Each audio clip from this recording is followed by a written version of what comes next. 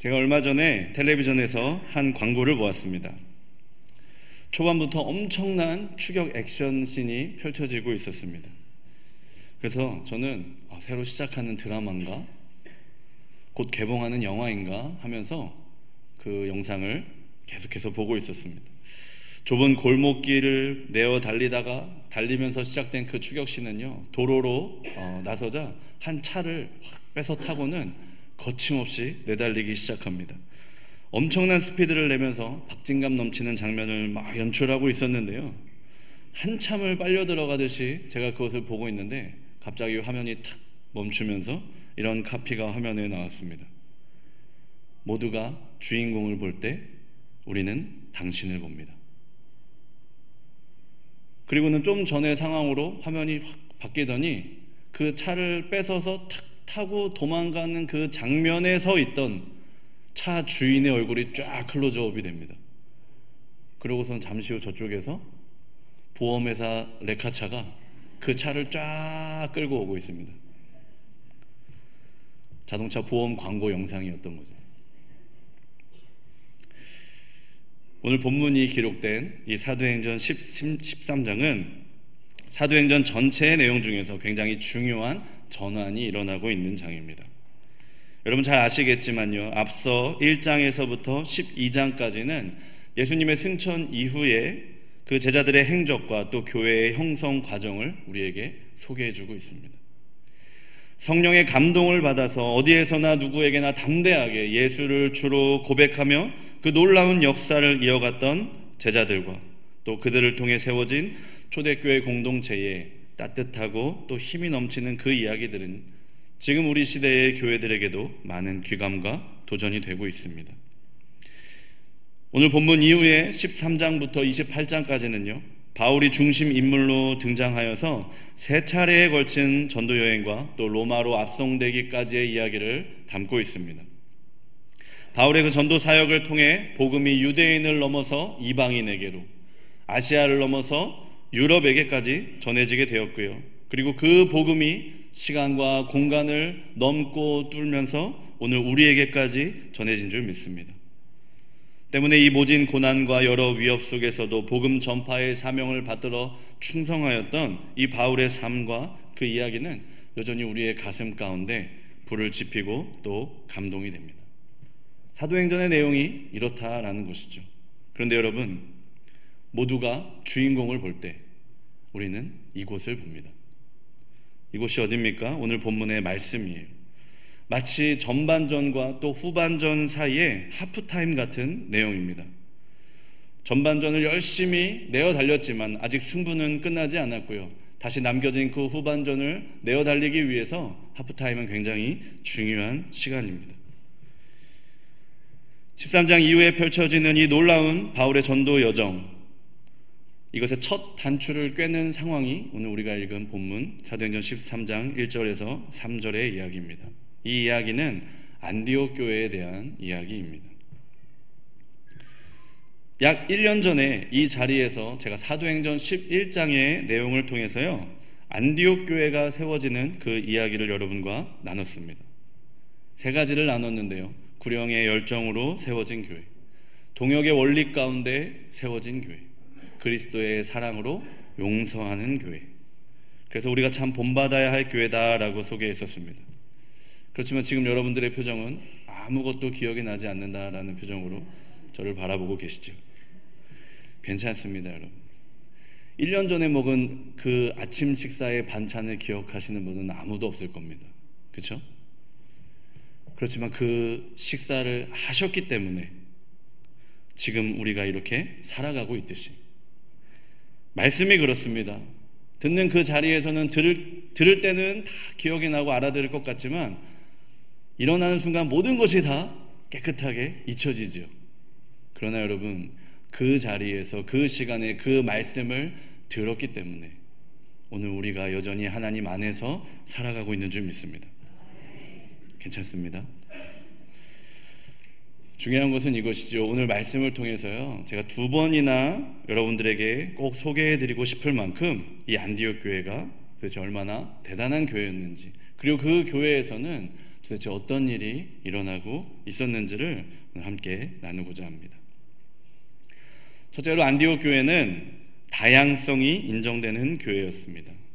1절에 안디옥 교회의 구성원들을 우리에게 소개해주고 있습니다. 안디옥 교회에 선지자들과 교사들이 있으니 곧 바나바와 니게르라 하는 시므온과 구레네 사람 루기오와 분봉왕 헤롯의 젖동생 마나엔과 및 사울이라. 한 명 한 명 그 면면을 좀 들여다보고자 합니다. 바나바는 구브로 섬 출신의 사람입니다. 예루살렘 교회 공동체에 사도들이 있었지요. 그러나 그들과는 출신이나 배경, 또 예수님의 일생에 단 한 번도 함께 했던 적이 없었던 소위 비주류 사도 그룹 가운데 한 사람이었습니다. 이어지는 시므온을 니게르라고 소개하고 있는데요. 영어 표기로 니게르라고 하면 아프리카 사막 중남부에 위치하고 있는 니제르라는 나라를 의미합니다. 그런데 오늘 본문에 보면 시므온에 대해서 소개하면서 니게르라 하는 이라고 성경은 기록하고 있습니다. 자세히 보시면 이 하는이라는 단어로 헬라어 칼로이메네스라는 단어를 쓰는데 이것은 출신이나 지역을 의미하는 단어가 아닙니다. 이것은 뭐뭐라고 부르다라는 그런 의미를 담고 있죠. 니게르, 소위 니그르라고 하는 이 단어는 한마디로 오래전부터 서구 사회에서 흑인을 낮춰 부르는 비하적인 표현으로 쓰였던 단어입니다. 그가 니제르라는 곳의 출신이었다라고 하면 니게르인 시므온, 니게르에서 온 시므온이라고 했을 텐데 그를 니게르라 하는 시므온이라고 했다는 것은요, 시므온은 당시 사회적으로 천대받던 흑인이었다라는 것입니다. 이어서 나오는 루기오는 구레네 사람입니다. 구레네는 지금의 리비아의 수도인 트리폴리 지방으로 북아프리카에 있는 곳입니다. 예루살렘으로부터 또 수리아에 있는 이 안디옥 교회가 있는 이 지역으로부터 꽤나 멀리 떨어져 있는 곳인데요. 사도행전 6장에 보면 스데반의 설교와 그 행적에 대해서 논쟁했던 사람들이 등장을 합니다. 유대 외의 다른 지역의 출신의 디아스포라들이 몇몇 언급이 되는데 그때 이 구레네 사람들이 언급이 됩니다.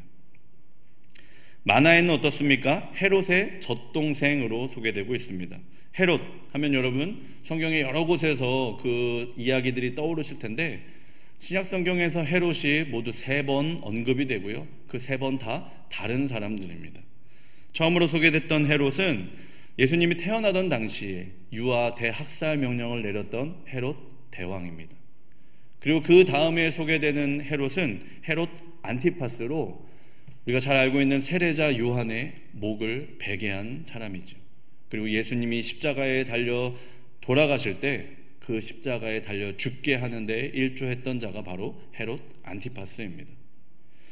이어지는 또 한 명의 등장하는 헤롯은 사도행전 12장에 언급이 되는데요. 바로 헤롯 아그리빠입니다.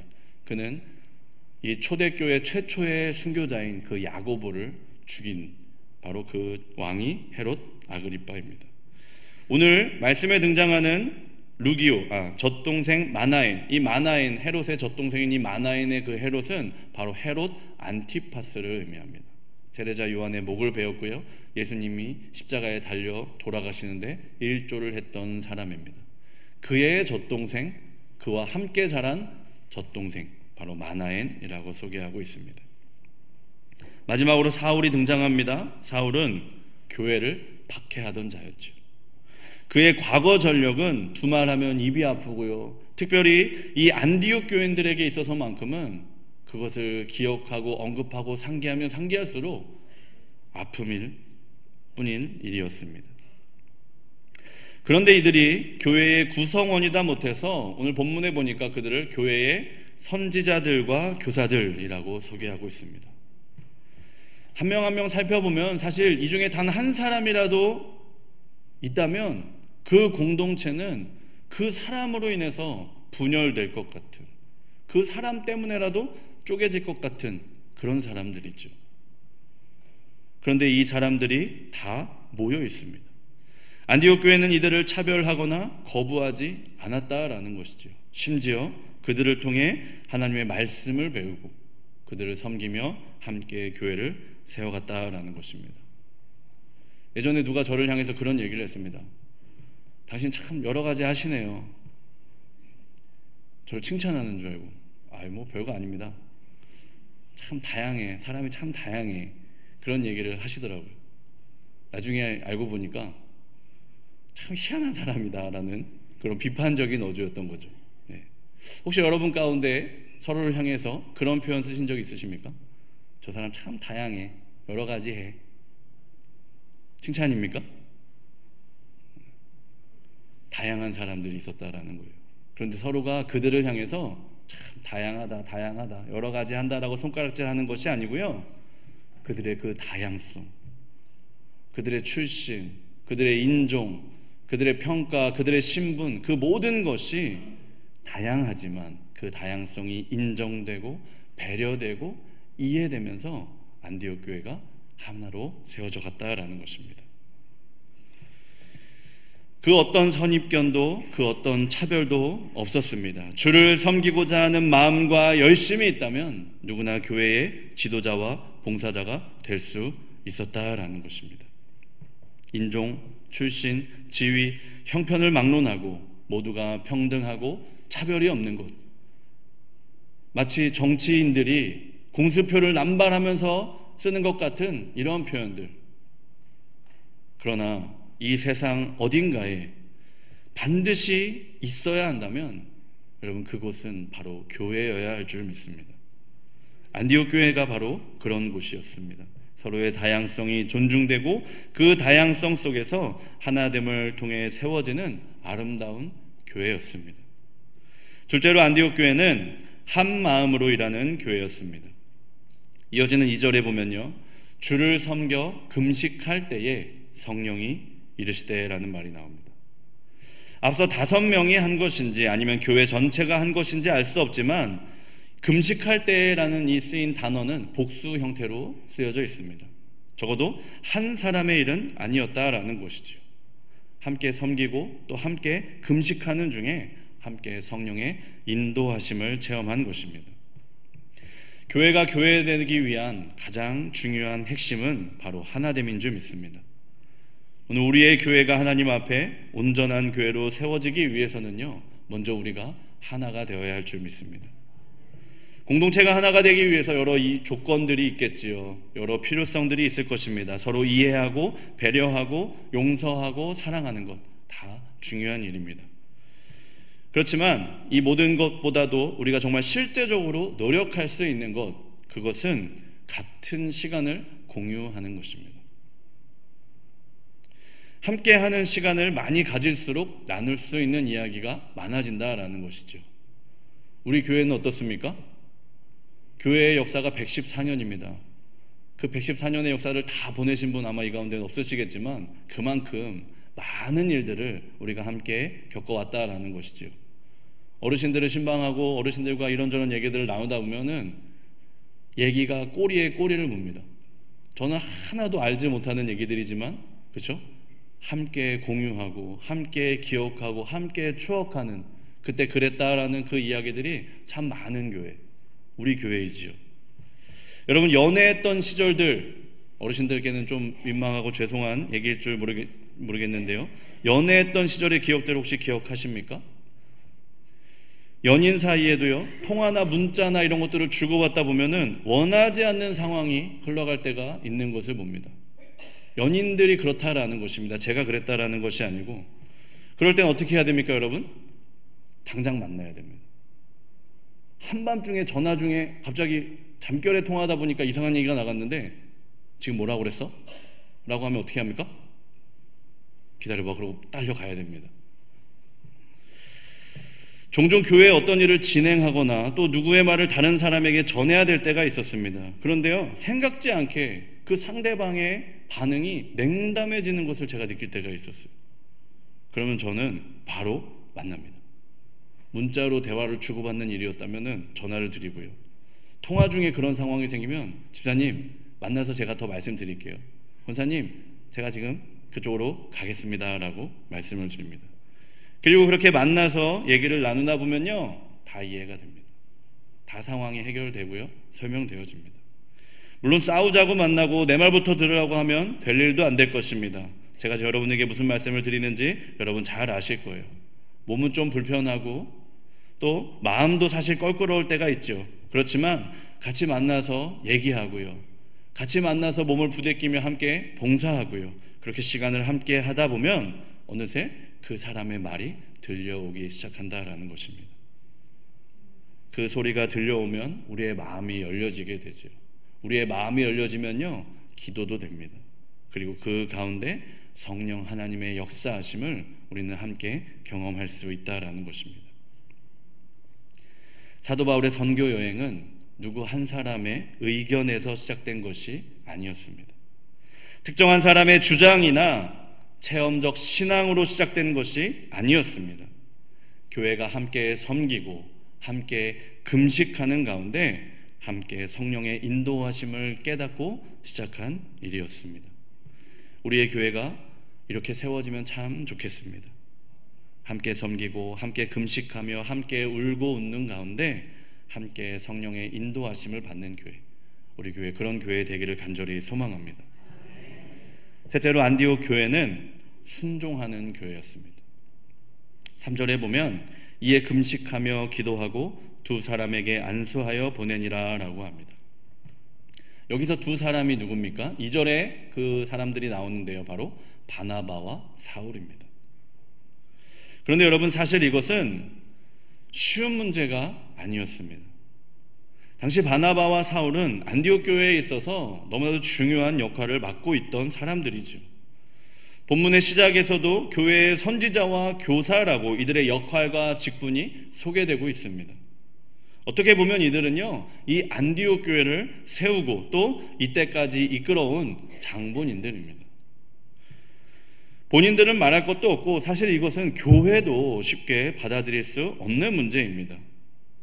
그리고 이것은 단순히 두 사람을 그저 떠나 보내는 그런 문제도 아니었습니다. 말씀을 통해 계속해서 우리가 그 이후의 상황을 들여다보면 그 전도 여행의 여정을 보면 아시겠지만 짧은 기간도 아니었지요. 또 적은 비용이 드는 것도 아니었습니다. 100번 양보해서 이 두 사람을 보낸다고 결정하더라도 그 둘이 파송되기까지 많은 논의와 준비가 필요한 일이었습니다. 여러분 한번 상상해 보시기 바랍니다. 어느 날 갑자기 하나님께서 이 교회의 담임 목사님을 어느 한 선교지로 보내라 라고 하시는 거예요. 어느 날 갑자기 하나님께서 한 집안의 가장을 선교지로 보내라 라고 하시는 겁니다. 그 상황에서 우리가 처음으로 할 일이 무엇이겠습니까? 과연 그게 하나님의 뜻이 맞는지 아닌지부터 우리가 점검해 볼 것입니다. 그리고는 어떻게 준비하며 어디까지 도울지를 놓고 고민할 것입니다. 아니 목사님이, 아니 남편이 그런 기도의 응답을 받았다고 치자 이겁니다. 우리 교회는, 우리 가정은 어떻게 할지 그 대안이라도 좀 세워놔야 되는 거 아니냐? 아마 그러지 않을까요? 그런데 이 일에 대해서 안디옥 교회는 시간을 끌지 않았습니다. 이 일을 준비함에 있어서 의견이 갈리지도 않았습니다. 그들이 한 것이 무엇입니까? 금식하며 기도하며 성령의 인도하심을 받다가 받은 이 말씀 앞에 그들은 다시 금식하며 기도할 뿐이었습니다. 그리고 그들에게 안수함으로 그들을 보내게 되죠. 금식하며 기도한다는 것은 선교가 얼마나 중한 사역이며 이 일이 얼마나 하나님의 도우심을 필요로 하는지를 알기 때문에 하나님의 열심을 다해 구했다라는 것을 의미하죠. 안수한다는 것은 무엇입니까? 당신들이 가게 될 그 길이, 당신들의 그 선교 사역이 결코 당신들만의 것이 아니며 비록 몸은 우리가 함께 하지 못하지만 우리도 함께 그 일에 동참하겠다는 의미입니다. 그리고 그 안수는 마음을 다해 당신이 떠나는 그 길을 우리가 축복한다라는 간절한 바람이죠. 우리 교회에서 잘 섬기시다가 하나님의 부름을 받고 또 교동장로교회로 얼마 전에 떠나신 최지한 목사님 다 기억하시지요? 목사님께서 그 곳으로 부임하시게 됐다는 소식을 딱 들었을 때 저는 이 시간을 떠올렸습니다. 저랑은 아무 상관이 없는 시간이었는데요. 그 얘기를 딱 듣자마자 제일 먼저 떠오른 게 저는 이 시간이었습니다. 최 목사님이 계셨다면 이 시간에 이 자리에 아마 최 목사님이 서 계실 겁니다. 갑자기 가셨지 않습니까? 제 개인의 부끄러운 고백입니다. 목사님이 가시게 된다는 소식을 들었을 때 뭐 이 시간뿐만 아니라 개인적으로 참 많은 생각들이 들었죠. 염려도 됐고요, 고민도 됐습니다. 성도님들이 계속해서 물어오세요. 지금도 물어오십니다. 목사님 많이 힘드시죠? 근데 정말 그런 상황을 잘 배려해 주셔서 아마 그러신 것 같고요, 더 많이 기도해 주셔서 그러신 것 같은데 정말 힘들지 않고 기쁨과 감사로 계속해서 보내고 있습니다. 얼마 전에 또 최 목사님을 또 만나게 됐는데요, 이런저런 얘기를 좀 나눴는데 참 잘하고 계시고 또 감사한 소식들을 많이 전해주셨어요. 그러면서 이 말씀이 떠올랐습니다. 아, 우리 교회가 안디옥 교회 같았구나. 정말 갑작스러운 그 상황이었지만 온 교우들이 한 마음으로 기도하며 정말 마음을 다해 안수하며 목사님을 보내주셨기에, 목사님을 보내드렸기에 하나님께서 그 길 가운데 함께 하시고 또 축복하셨고 또 남겨진 우리 교회에도 하나님께서 또 성령의 인도하신 가운데 잘 이끌어가고 계시는구나, 그런 마음이 문득 들었습니다. 여러분, 안디옥 교회는 금식하며 기도하며 안수하였지요. 그리고 오늘 우리의 교회가 안디옥 교회 같이 세워지고 있는 줄 믿습니다. 여러분, 교회는 바로 이런 곳입니다. 서로의 다양성이 존중되는 곳입니다.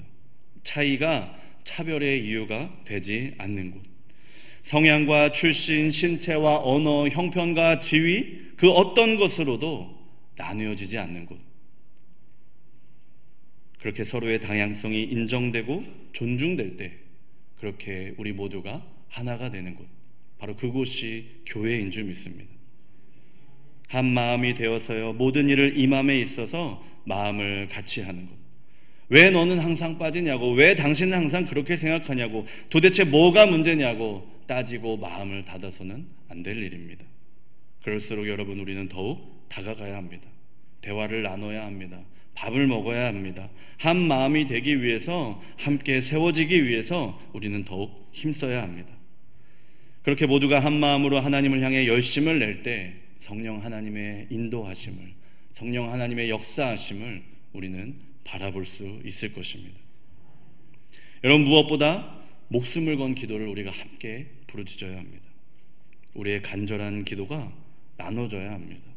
그렇게 나의 일이 우리의 일이 되고 나와 아무 상관없을 것 같은 그 사람의 일이 나의 일이 되는 곳, 바로 그곳이 하나님 기뻐하시며 또 그렇게 세워져가는 교회인 줄 믿습니다. 나의 이해보다, 나의 만족보다, 나의 바램보다, 나의 주장보다 공동체가 먼저 세워지는 교회, 그리고 그 안에서 놀라운 성령의 인도하심을 경험하는 교회, 우리 왕십리중앙교회가 그렇게 세워지기를 간절히 소망합니다. 함께 기도하시겠습니다. 하나님, 우리 왕십리중앙교회에 참 많은 사람들이 있습니다. 다양한 사람들이 있습니다.